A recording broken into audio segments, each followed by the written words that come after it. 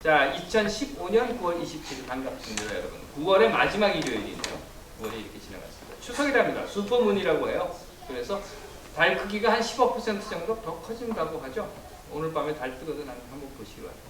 개기월식도 있다고 했는데 우리도 그걸 볼 수 있는지 없는지 잘 모르겠어요. 여기서 보인답니까? 네. 한번 가서 보십시오. 개기월식도 있다고. 어쨌든 한가위입니다. 송편도 빚었고 날이 많이 서늘해졌죠. 사실 그 새벽은 서늘하다보다는 춥다는 게 맞아요. 저는 이미 새벽에 운전할 때 장갑 끼고 왔거든요. 날이 추워지면요, 예전에 어른들이 이런 이야기를 하셨어요. 그 무릎 사이로 바람이 든다. 근데 그 얘기를 들을 때는 무슨 소리냐 그랬었는데 이제는 그 무릎 사이로 바람이 듭니다. 이런 말씀 드리면 뭐 저 말고도 여기 몇 분 계실 거예요. 무릎 사이로 바람 드시는 분들. 사실은 제가 무릎이 별로 안 좋아요. 그러다 보니까 무릎 사이로 바람이 들면 이제 아픕니다. 그런데 신기한 것은요, 그건 참 신기한 거예요. 한쪽 무릎이 아프면 다른 쪽은 안 아파요.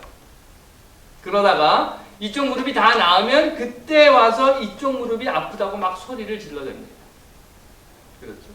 왜 그런가? 그건 뭐 제가 여러분들께 설명드리지 않아도 이미 다 아시겠지만 이 두 무릎이 같이 붙어 있어서 그래요. 한 몸에 붙어 있어서.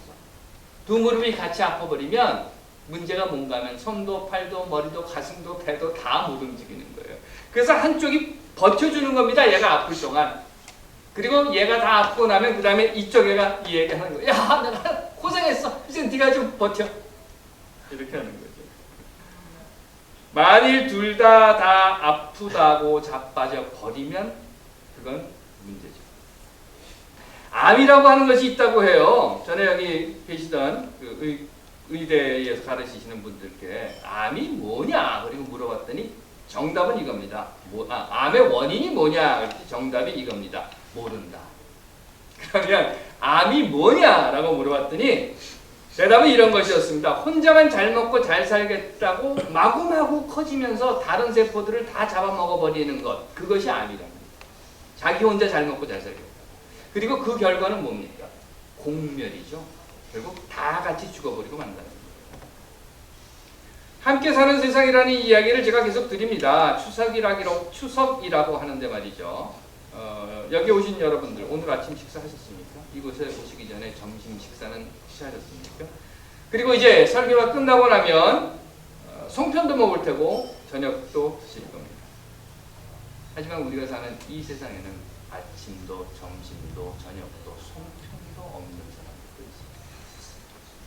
기도하겠습니다.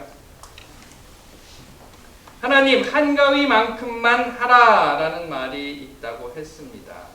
하지만 한가위여서 오히려 아픈 사람들도 있습니다. 돌아보게 하시고 함께 살아가는 세상을 만들기 위해 우리가 무엇을 해야 할까 생각하게 하옵소서. 하지만 생각만 하지는 않게 하옵소서. 아멘. 신명기라는 책이 구약성서 중에 있어요. 모세가 이집트를 탈출한 사람들을 모아놓고 이제 마지막으로 한 이야기들을 쭉 적어놓은 게 그 신명기의 이야기입니다. 이 신명기는요 꽤 긴 책입니다. 1장부터 시작해서 34장까지 있으니까 읽으려면 한참 걸려요. 그런데 이 34장 전체 중에서 마지막 34장 조그만 부분 그것만 모세의 장례식에 대한 이야기가 있어요. 그러니까 그건 모세의 이야기가 아니죠. 죽은 다음의 이야기니까. 그렇다고 보면 1장부터 33장 이 전체가 다 모세가 하루 동안 한 이야기를 모아서 적어놓은 책이 바로 신명기라는 겁니다. 내용은 말 그대로 율법이라고 하는 거예요. 다시 말해서 너희는 이렇게 해야 하고 저렇게 해야 하고 이렇게 하면 안 되고 저렇게 하면 안 되고 하는 등등의 이야기들. 바로 앞에서 저는 율법이라고 말씀드렸지만 그저 간단하게 표현을 하자고 하면 모세의 온갖 잔소리들입니다. 그게 이 신명기에 가득 차 있어요. 마태복음이라고 하는 책이 있습니다. 이건 신약성서 중에 들어있는데요. 예수가 어떻게 살았는가 하는 것을 쭉 기록해 놓은 이 신약성서 복음서 중에서 5장을 보시면 이렇게 시작이 돼요. 예수께서 무리를 보시고 산에 올라가 앉으시니 제자들이 나온지라. 그래서 예수가 입을 열어 가르쳐 이르시되 이렇게 됩니다. 그러면서 이 부분은요 7장까지 계속되어 있어요. 그리고 이 5장부터 시작해서 7장 끝까지는 예수의 한 말들이 쫙 나와 있습니다. 이 부분을 산에서 가르쳤다. 그래서 산상수훈이다. 뭐 이런 단어를 사용해서 우리에게 전해지고 있지만 이 역시 이건 이렇게 해야 하고 저건 저렇게 해야 하고 이럴 땐 이렇게 하고 저럴 땐 저렇게 하고 이런 짓 하면 안 되고 저런 소리 하면 안 되고 하는 이야기들이 쫙 그 안에 들어있습니다. 이미 앞에서 말씀드린 것처럼 이것 역시 아주 간단히 표현하자면 온갖 잔소리들이 모세의 잔소리와 예수의 잔소리. 여기 지금 자녀를 기르시는 분들 잔소리 하십니까? 여러분들은 잔소리라고 하는 걸 하세요? 아니 아이들에게 뭔가 말을 하면서 내가 하는 말이 잔소리다 이런 생각을 하고 말을 하십니까? 아니 여러분들이 어려서 부모님으로부터 뭔가 이야기를 들었을 텐데 말이죠. 그때에 아이고 또 잔소리 시작이야 이런 생각을 해보신 적은 있으십니까? 그런 경험이 있으시다면 왜 지금 여러분들은 여러분들에게 자녀들에게 또 잔소리라고 들릴 수 있는 이야기를 하십니까? 그냥 내버려두지. 이거 알았어. 네 마음대로 해. 그리고 내버려두지. 왜 이건 이렇게 해야 되고 저건 저렇게 해야 하고 하는 잔소리를 하십니까? 이유는요. 해야 하는 말이기 때문이죠. 또 이유는 아이들이 들어야 하는 말이기 때문일 것입니다. 미국을 표현하는 단어, 그래서 미국을 유지하는 힘이 있다라고 하는 것은 바로 이 단어에서 나온다라는 이야기를 흔히들 합니다. 그런데 그 중에 하나가 뭔가 하면요. STOP라고 합니다. Stop. 여러분들 잘 보신 그 스탑 사인 있지 않습니까? 한국에는 그 스탑 사인이 없다고 하죠. 여기 미국에는 그 스탑 사인이 있어요. 그래서 한국에서 바로 오신 분들이 운전을 하고 다니면서 제일 헷갈려하는 사인이 그겁니다. 이 서, 말어, 가. 섰는데 제가 먼저 섰나? 누가 먼저 가야 되는 거야? 이러는 그 스탑 사인. 이 스탑 사인을 가지고 무슨 이야기를 하는가 하면요. Stop, think, observe, and plan 이라고 합니다. 스톱 사인이라고 하는 그 STOP가 미국을 유지하는 힘이다. 뭔가 하면 멈춰서서 생각하고 둘러보고 그리고 난 후에 결정한다. 그것이 미국이다. 라는 이야기를 흔히들 합니다. 물론 뭐 반농담처럼 이야기하기도 하지만 그렇다고 꼭 그냥 아이 장난이야 하고 받아들일 수 없는 부분도 있는 미국 사회를 잘 보여주는 그런 단어입니다. 멈춰서서 생각하고 둘러보고 결정합니다. 그래서 미국 사회에서는요 가장 무서운 사람들이 누구냐라고 이야기할 때 이런 대답을 해요. 은퇴한 시니어 시티즌들, 이미 은퇴하셨습니다. 연금 받아서 먹고 사시는 분들이에요. 이분들이에요. 멈춰서 생각하고 둘러보고 결정할 시간이 충분한 분들이라는 거예요. 길을 가다가 뭔가 좀 이상한 게 있어요. 그럼 젊은 사람들은 어떻게 합니까? 그냥 휙 지나가 버리죠. 바쁘니까. 그런데 이분들은요, 은퇴한 노인들은 멈춰 섭니다. 서서 저게 뭐야? 하고 생각을 해보시고 가까이 가서 자세히 살펴보시고 그리고 나서 이게 뭔가 문제가 있다라고 생각을 하면 신고를 하십니다. 그래서 제일 무서운 사람이 리타이어한 시니어 시티즌들이라고 하는 겁니다. 한국말 중에요 이런 행동을 뜻하는 아주 적절한 단어가 있어요. 제가 찾아봤더니 이름하여 오지랖입니다.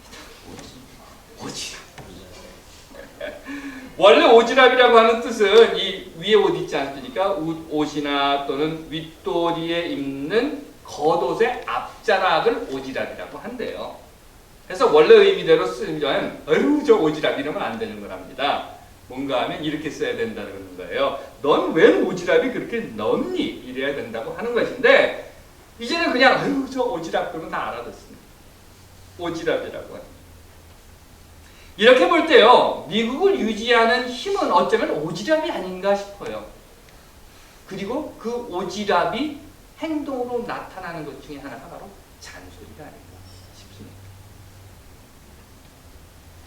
저는 신명기에서 모세가 끊임없는 잔소리를 33장에 걸쳐서 쏟아 놓았다는 말씀을 여러분들께 드렸어요. 또한 마태복음에서도 예수가 산 위에 올라 앉아가지고 거기 모인 사람들에게 끊임없이 미주알 고주알 잔소리를 늘어놓았다는 말씀도 드렸습니다. 그렇게 본다면 아마도 성서의 역사 속에서 오지랖이 넓은 대표적인 사람은 이 둘일 거예요. 모세와 예수. 뭔 잔소리가 그렇게도 많았었는지. 이럴 땐 이렇게 하고 저럴 땐 저렇게 하고 이걸 보면 이렇게 해야 되고 저거 먹으려면 안 되고 온갖 잔소리들을 해댑니다.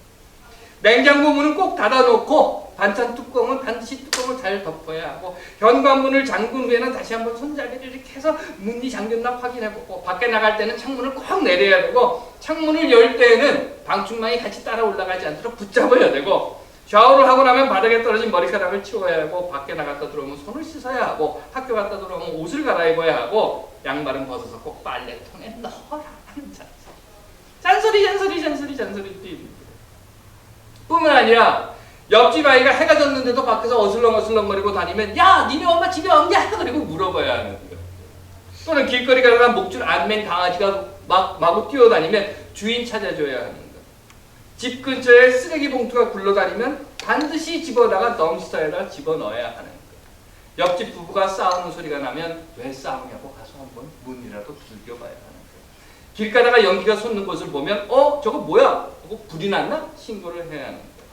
보수에서 우리에게 먹을 것을 막 던져주는 그런 사람을 보면 그거 주면 안 돼 하고 꼭 쫓아가서 말려야 하는 거예요. 또는 횡단보도를 건너려는 사람이 있으면 다른 차들이 다 쌩쌩 지나가든 어쩌든 상관없이 나는 딱 서가지고 지나갈 때까지 기다려야 하는 이 오지랖. 그런가 하면 임금 피크제 한다는 박근혜 정권의 노동계약에 틀렸다라고 해야 하고 세월호 참사 특조위를 파행시키는 정부에 대해서 분노해야 하고 한국사 교과서를 국정으로 하겠다는 반민족 반민주 권력에 대해서 아니야! 그건 잘못된 거야! 하고 외쳐야 하고 김무성 사위의 마약 사건을 쉬쉬쉬 덮으려고 하는 그 검찰과 언론에 대해서 그건 잘못된 거야! 라고 외쳐야 하며 4대강, 방산비리, 자원외교비리 등등 근대 우리 현대 역사 속에 떨어져서 우리 역사를 오염시키고 있는 그런 쓰레기들이 있다고 하면 그 쓰레기들을 향해서 끊임없는 잔소리를 퍼부으면서 반드시 주워다가 저 덤스터 쓰레기통에다가 집어넣어야 하는 그 오지랖. 미국을 유지하는 또 하나의 힘이 있다고 합니다. 이걸 IDC라고 해요. IDC. 앞에서는 STOP를 알려드렸죠. IDC입니다. 이건 I don't care예요. I don't care. 상관하지 않는다는 거예요.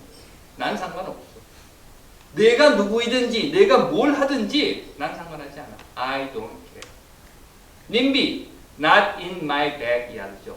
내 이 뒷마당만 아니면 내게 피해만 주지 않으면 나를 건드리지 않으면 I don't care. 그러니 너희들이 먹든 굶든 살든 죽든 다 건드리지 마라. 그러면 그냥 넌 네 마음대로 하고 난 내 마음대로 하지. 예수가 모세가 STOP 대신 IDC로 살았다면 어땠을까? 잔소리하지 말고 그 오지랖 여기저기 이렇게 펼치지 말고 그냥 IDC, I don't care 하고 살았다면 어땠을까? 그렇다면 모세나 예수가 한평생을 넉넉하게 또는 널널하게 살지는 않았어요. 아니 넉넉하게는 아니어도 최소한 광야 40년 동안 모세가 그 지지리도 말 안 듣는 백성을 끌고 다니면서 고생은 안 했을 것이고 아니 널널하게 살지는 않았다 하더라도 예수가 십자가에서 그렇게 처참하게 죽지는 않았을 것이다 라고 하는 것만은 분명한 것입니다. 그런데 예수와 모세는 I don't care 대신 stop, think, observe and plan을 선택했습니다. 그리고 그렇게 살았습니다. 물론 그렇게 잔소리를 퍼붓는다고 해서 다 듣는 것은 절대 아니에요. 그래서 오죽했으면 예수조차도 아휴 들을 게 있는 사람이라 들어라 그랬어요. 그 말은 뭔가 하면 내가 아무리 이야기를 해도 못 알아듣는 놈들은 어쩔 수 없다. 그냥 알아서 살아라 라고 이야기를 했다는 겁니다. 그렇다 하더라도 모세와 예수는 결코 이 오지랖과 잔소리를 포기하지는 않았습니다.